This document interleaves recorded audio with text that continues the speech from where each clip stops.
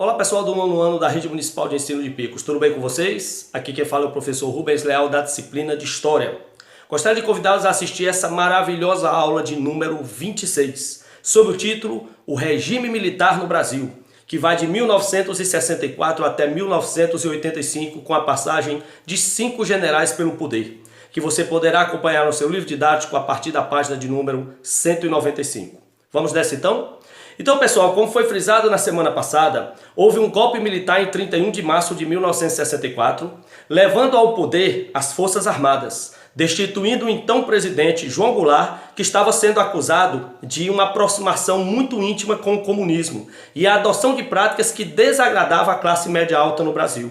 Portanto, a classe média alta se articulou em torno do Exército, das Forças Armadas, com o apoio dos Estados Unidos, que também era contrário a esse avanço do comunismo, já que os Estados Unidos defendiam a bandeira do capitalismo, e as Forças Armadas deram um golpe militar depondo o presidente João Goulart e assumindo o poder em 31 de março de 64. Começava aí um regime de 5 generais passando pelo poder, sendo o primeiro deles o general Castelo Branco, que vai governar de 1964 até 1967. Castelo Branco assumiu após o ato institucional número 1. O ato institucional eram leis que eram criadas pelas Forças Armadas a partir do momento que eles chegaram ao poder. Então o AI-1 levou Castelo Branco como o primeiro ditador ao poder. Castelo Branco, isso foi em 64. Em 65 ele criou o AI-2. Pelo ato institucional número 2, ele extinguiu todos os partidos políticos e adotou o bipartidarismo, ou seja, a partir de então o Brasil teria apenas 2 partidos, a Arena, o partido das Forças Armadas, da situação, e o MDB, o partido da oposição. A partir de agora o Brasil tem 2 partidos políticos, os demais são extintos, e pelo AI-2 ele também estabeleceu eleições indiretas para presidente. Ou seja, a partir de agora o povo não elege mais o presidente. Os militares nomeariam os presidentes a partir de então. O AI-2 é de 65 e em 66 Castelo Branco criou o ato institucional número 3. O AI-3 estendeu as eleições indiretas para governadores estaduais e prefeitos das capitais de todos os estados.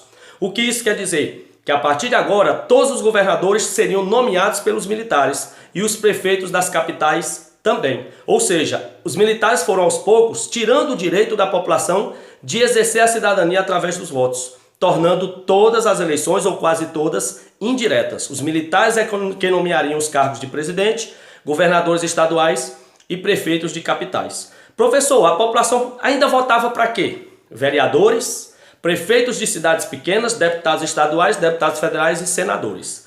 Todos os demais cargos eram nomeados pelos militares. Mas Castelo Branco não parou aí. Em 67 ele criou o AI-4, estabelecendo uma constituição autoritária. Uma constituição que cerceava, impedia as garantias individuais e coletivas. A partir de 67, por exemplo, liberdade de expressão foi proibida, havia censura prévia aos meios de comunicação, como também algumas garantias coletivas, como direito de greve, manifestação na rua, tudo isso foi proibido pelo governo a partir da Constituição Autoritária de 67, estabelecida pelo AI-4, o ato institucional número 4. Então esses 4 primeiros atos, AI-1, 2, 3 e 4, remetem ao governo do primeiro general militar a governar a ditadura, o Castelo Branco. O Castelo Branco também é o criador da lei de imprensa, que estabelecia censura prévia aos meios de comunicação, e a lei de segurança nacional, que dava às Forças Armadas o direito de cuidar da justiça no Brasil.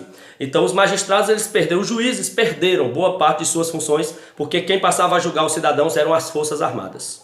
Em 67, assumiu o poder o segundo general, o general Costa e Silva. Costa e Silva, que era da linha dura do Exército, governou de 67 a 69. A linha dura era a linha mais rígida.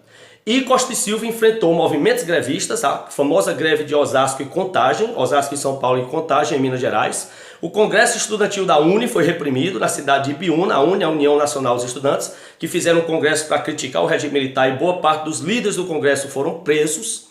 Houve a passeata dos 100 mil do Rio de Janeiro, contrária ao regime militar. O surgimento da guerrilha, os movimentos de guerrilha rural e urbana, que foram estudantes que pegaram em armas para lutar contra o regime militar. E por conta de todos esses eventos, em dezembro de 68, o Costa e Silva estabeleceu o ato institucional número 5, o pior ato institucional, que dava ao presidente a prerrogativa de fechar o Congresso Nacional, decretar estado de sítio, que era um estado de emergência, cassar mandatos de parlamentares, remover juízes e funcionários públicos, demitir funcionários públicos, ou seja, o ato institucional é emblemático por ser o mais autoritário do regime militar. Depois veio o governo do Médici, o Médici combateu a guerrilha, acabou todos os grupos guerrilheiros que lutavam contra o governo e é o presidente do milagre econômico. Foi um período de crescimento econômico no Brasil. O PIB crescia 11, 12, 13% ao ano. Pra vocês terem uma ideia, hoje cresce 1%.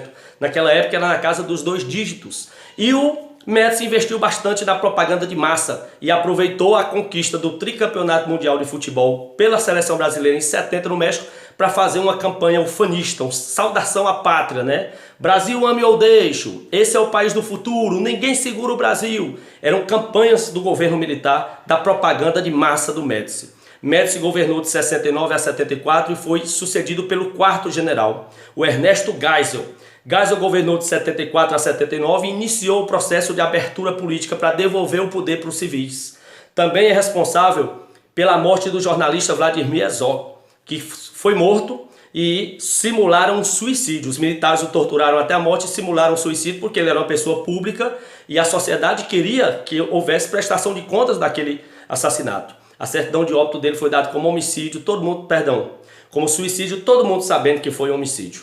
Com Geisel também houve a criação do Proálcool, um programa de incentivo à produção e o uso do etanol, do álcool da cana nos automóveis. Também é do Geisel a Lei Falcão, que limitava a propaganda eleitoral, você não podia dizer nada na propaganda quando você se candidatasse. E o pacote de Abril, criando senadores biônicos, que eram senadores nomeados pelos militares, e estendendo o mandato do último presidente, que era o seu sucessor, para 6 anos. Esse último presidente militar foi João Batista Figueiredo. João Batista Figueiredo foi quem concluiu o processo de redemocratização, de devolução do poder para os civis. Foi no governo dele que houve em 84 a campanha das diretas já. As eleições presidenciais de 85 estavam marcadas e o povo queria votar para presidente. Mas, infelizmente, houve uma emenda no Congresso, a emenda Dante de Oliveira, para propor a eleição direta para presidente de 85, mas a emenda Dante de Oliveira foi rejeitada pelo Congresso. Infelizmente, as eleições presidenciais de 85, que elegeram Tancredo Neves e José Sarney, foram indiretas. Quem elegeu Tancredo Neves presidente e José Sarney vice foi o Congresso Nacional. Em 85 o povo ainda não votou, mas pelo menos já houve uma conquista. Dia 15 de março de 85 os militares deixaram o poder e entregaram o poder para os civis. O problema é que Tancredo, o presidente eleito, terminou adoecendo e veio a óbito. E quem assumiu e governou o mandato inteiro foi o vice, José Sarney.